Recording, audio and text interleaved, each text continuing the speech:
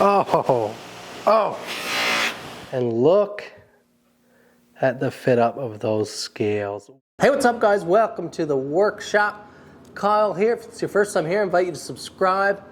I'm a professional knife maker. I have my own production line, Can Knives. You can check out my website, carlnoseworthy.com, if you'd like to check that out. And if you're interested in work like I'm doing here now, you can head to my email. That'll be linked as well below. So what we have here today, we have a beautiful Benchmade assisted opening. Just a gorgeous knife. And we have to find out how to get this on here. Not gonna be easy. So here we have it. Maybe one of you guys could comment the model name. I can't quite recall off the top of my head, but I'm sure someone will comment and it'll be down in the description. But this, my client wants this elk, or maybe it's deer. Maybe, no, I think it's elk. This piece of elk, this own piece of elk here, made to go on the black portion to replace this micarta or G10, whatever this is being used here. So let's have a look. The obvious first step is to remove what we can remove on this knife, and that's the ever so popular T6 to do that. Now thankfully we're only doing from here back, so we don't have to worry about dealing with that axis lock or the pivot point or anything like that. That would be even more challenging, but this alone is going to be a little challenging back here. It wouldn't be bad at all if I was using like a G10 or micarta or something like that. But if you notice, all elk type materials have radii. You never have just a flat portion. As well as that, you only have so much hard material before you get in to the marrow. On top of that, the surface is so rough, so it's not as easy as just making a mark and drilling. Everything has to be done just so. Totally custom fit to get that right. And we have to get it right on a beautiful knife like this. Okay, so we'll pop that scale off, and there we have that skeletonized frame. Beautiful.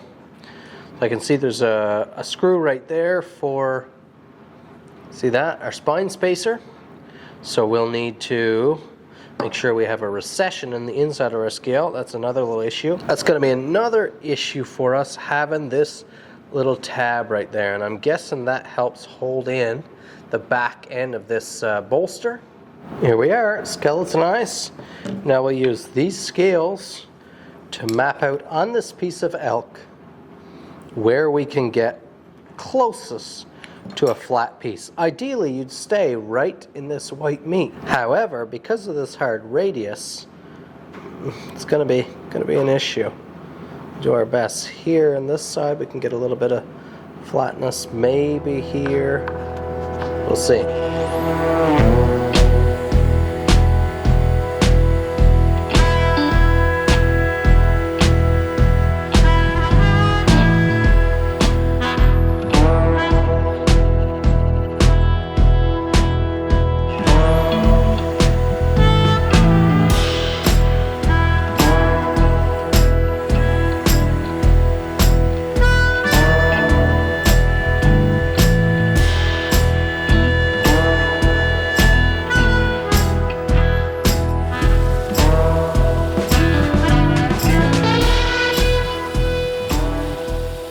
Now I'm popping off these bolsters here because I have to make a change in plans.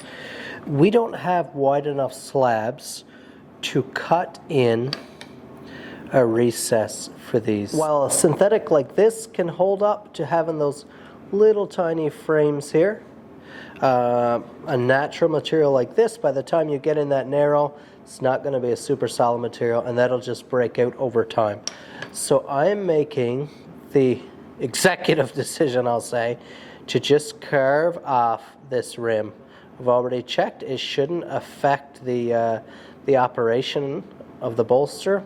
It definitely won't affect the operation, but shouldn't affect anything in regards to the bolster moving around. But I'm just going to mill that off very easily on the belt grinder. It's a very easy, safe operation. In most cases, the hardest part of an operation like this is getting the nerves to do it. And while I didn't always have the nerves to do it, it doesn't bother me now.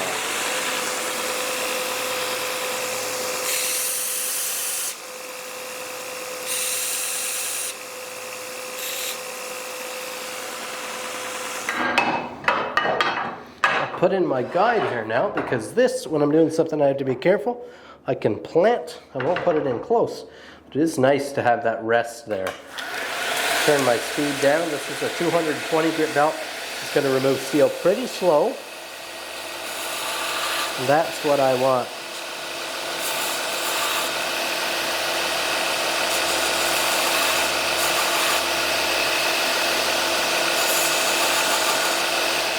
Look at that, no extra material removed. Just enough to get it flush there.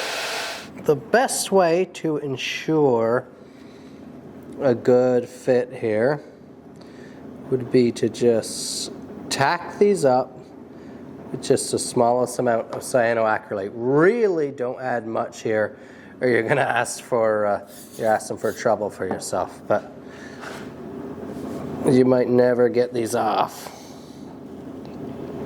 We're freehanding here because there's no way to get this just right, not without a load of time. So we're just going for it. But of course, we need these to be as parallel as possible.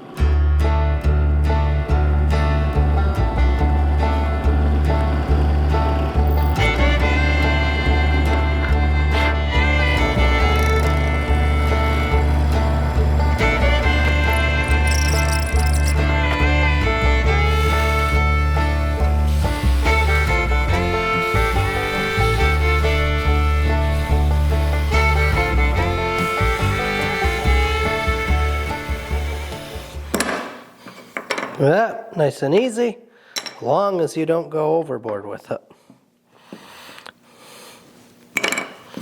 Look at that. Piece of cake. Now what I need to do now is create some nice divots that our screw heads can go down into, because otherwise I have to carve off most of that face, and I'm trying to get away from that with this setup. So I'm not using a center fine or anything like that. I'm going to do this all manually. You see, I'm just using a drill chuck, and I'm going to, because it'll take an immense amount of time to center fine all this. So what I'm going to do is I'm just going to get her in location. Going to use a nice slow feed speed, and I'm just going to mill. Yeah, we're on low gear there. Just gonna mill a little material and hope. Yeah, oh, piece of cake.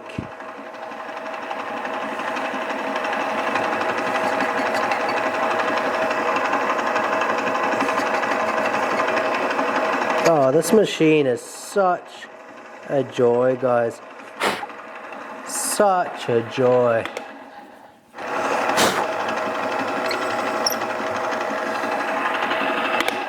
Oh! Having the right tools sure is nice. Okay, so you can see we have a nice deep recession there. Let's have a look at what we have. So these are rough fitted. So we have a little extra material all the way around. Now the nice thing about this knife is, except for this little lock button right here, everything else is tang flush. So I can grind this whole handle here now right down, and I can actually touch that tang. And that'll help to get a perfect fit, because I'll just flush grind this whole thing right around, and then I can repolish. I'll actually do a far nicer job at polishing that tang than BenchMade did. And then I'll round these in, fold these in nice and gentle. We'll carve this back in down here so it does a little more tapering in. Then we'll get that kind of white fade up into the dark. That's the thing. Now that we've got this done, the engineering work, the machining work, everything gets a little bit more artistic and creative from here on. Now it's more an aesthetic point from here on.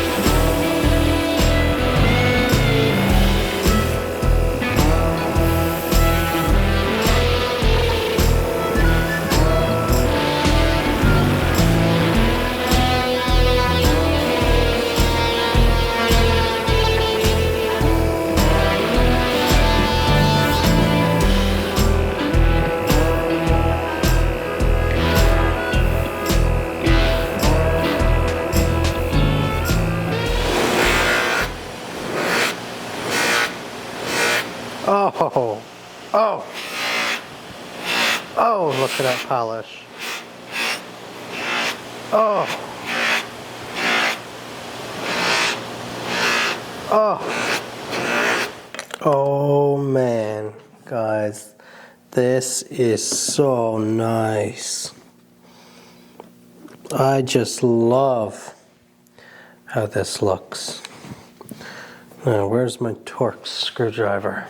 What a beautiful material. This stuff is this Elka stag, very hard, so it polishes beautifully. I told you I'd have that finish looking a little more sharp. Look at that. And look at the fit up of those scales. What a gorgeous knife. It took this knife from being a beautiful knife, of course. This is a beautiful Benchmade, but it took it from being just like, to the untrained eye, looking like just your everyday run-of-the-mill knife, to something just gorgeous. I had to make some pocket clip adjustments there because this angle of plane here, but set in real nice and tight now, about how one would be when new. Of course, we have that full polish, and these scales, look at the polish they took on. Can you see that? Everything functions just as from factory. But I'm just so happy with this build, guys. Let me know what you think. Hit that like button. This one deserves a like. Look at that. Subscribe to my channel if it's your first time here. Leave me a comment down below. Lots more content like this coming. Check out my website, KyleNoseworthy.com. If you want to check out some of my work or buy some of my custom creations, and my email's below as well if you want to get something like this done to one of your knives. I can only handle assistance if you live within Canada, because we aren't allowed to import them, unfortunately. Thanks so much for watching. We'll see you in the next video.